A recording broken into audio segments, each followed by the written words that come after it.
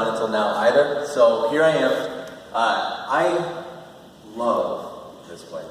I love Twitter Math Camp. I went to California for the first time last year, and I visited a friend in California for 3 days after that, and I don't think we talked about anything but this.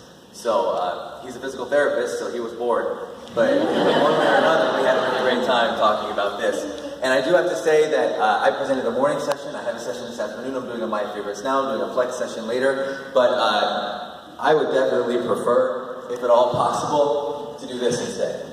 So thank you for sharing everything on the wiki. Thank you for sharing everything. And I can say the one Achilles heel that I have had in the past is putting my information on the wiki. And I guarantee you, whatever I have done this time, it will be there because of how much I've been able to take from you. How could I not have put that back to get back in? So it's ready for you, and I'm ready to share. And so this session is called I See Math. And it's interesting to me. My morning session was called Instant Relevance, Day-by-Day Statistics for Non-AP Courses. And I put that out there months ago when I signed up to do this course. And I explained it to you when I told you I wanted you to come to my session, and thanks to those of you who did. But the interesting thing that happened in between me signing up for this conference and now is I had an interesting conversation with a guy named Dave Burgess. Do you know who that is? Right, he wrote the book Teach Like a Pirate and has helped other people write other books along the way. And through our conversations, this topic, this instant relevance idea, became a book that I have coming out in 3 weeks. So I'm sharing that with you right now as a world premiere of the cover design of Instant Relevance, using today's experience to teach tomorrow's lesson. Is being published by Dave Burgess. And it's all a lot about what I talked to you before. How are we, instead of looking for reasons to apply to math, how are we finding what we're learning from the things that we do, from the things that we see? And so I built an acronym around instant, and I have a great time with this, and Lisa said I could pitch it for 30 seconds, and that's it. So that comes out in August, and I'll tweet it, and you'll all see, because I'll tweet all of you individually. But I like this whole I see math thing. I see math everywhere. I feel like I see math everywhere. The one on the left is a mosaic design in my high school that some kids put up as an art, about 8 feet tall. This is the World Trade Center. This is my lunch. Every time I see something, it turns to this point where I was graphing everything. And Desmos is fantastic, but to some kids, making graphs of things isn't always as accessible. And to me, I'm sitting over here building little teeny tiny pieces inside Desmos and making a graph. And then this is from GIFsmos, where you put it up there and all of a sudden you can make it an active file. So I'm sitting here, I was at the World Trade Center, I looked up, I saw them, I'm like, wow, look at that building. So I started graphing it and thinking about it. And so I would put these graphs in front of kids, and it was exciting, but after a little while it wasn't as exciting. Because when I had them try to do it, it became this process where it just takes time, a lot of time sometimes, to graph a lot of the math on Desmos of these images that might not be perfectly shaped or placed, and they're going and we're sliding and we're moving. But I enjoy the engagement of it. But instead, I had the opportunity to have a conversation with Alice Keeler. You know who Alice Keeler is? She wrote 50 Ways to Use Google Classroom. She's got another book out, 50 Ways to Go Further with Google Classroom. And I really love that she spelled featuring wrong in her own bio. So, put that up there. But this is a quote from Alice. It's like, I have a passion for helping find creative solutions. And more often than not, the solution is a Google Doc. This is her world because she's technically representing Google. But you can tell because these are the stickers she gives out. If you like stickers, the answer is always a spreadsheet. It's like, what's your question? It's a spreadsheet. That's your thing. But we were talking, and we decided that we could bring, or what Dan Meyer says, turn the math dial down.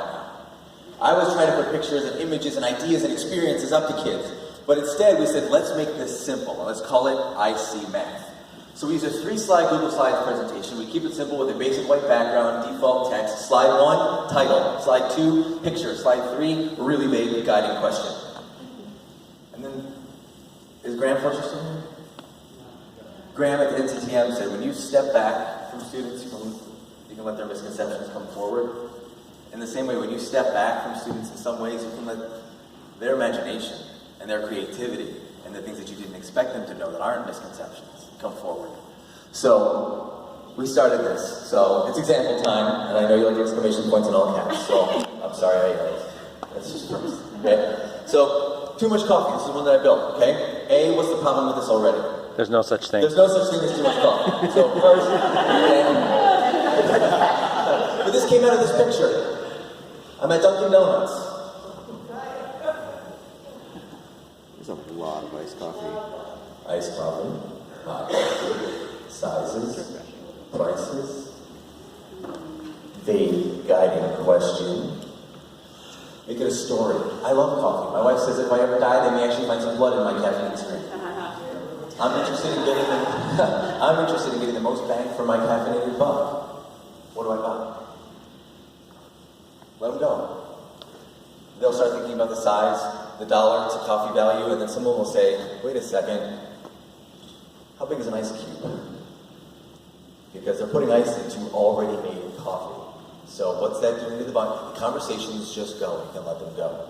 The vague guiding question will allow the creativity, the ideas, and the concept about round problem solving grow.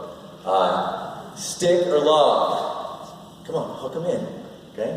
This was Alice's. That's a fox. And if you can see vaguely, because it's too bright here, there's something in its mouth. So, this fox has something in its mouth. I didn't want to get close enough to find out exactly what it looked like, but it looked like wood. So I said to my friend, is that a log in that fox's mouth? And then that made me think, why did I say log and not stick? What math would you calculate and why to determine if the length of wood is a stick or a log?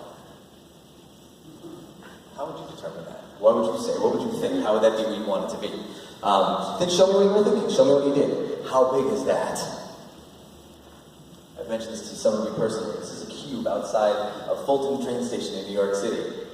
Look at there's people around it. That would give you an idea of how big that is. Well, how big is it? By the way, for elementary people in here, it's a snap cube. I had a lot of fun showing my elementary kids that thing. They're like, is there a green one around town? I got on the train in New York City and saw the cube. The artist Osamu Noguchi installed the sculpture in 1968. What does the question, how big does that mean to you? Describe it mathematically. Are you going to talk volume? Are you going to talk height? Are you going to talk width? Are you going to talk how many people in the picture it would take to cover it? How many things you could fill it with? What does that mean to you? Okay? So, we can get vague a little bit. And if you haven't noticed, anyone seen these things? Yeah? They're outside. One of them is. This is outside. It's over on the way over toward Ernest. Did you notice it? Anybody who went to the music window already? Who went up the stairs to go to that pretty awesome session next to mine?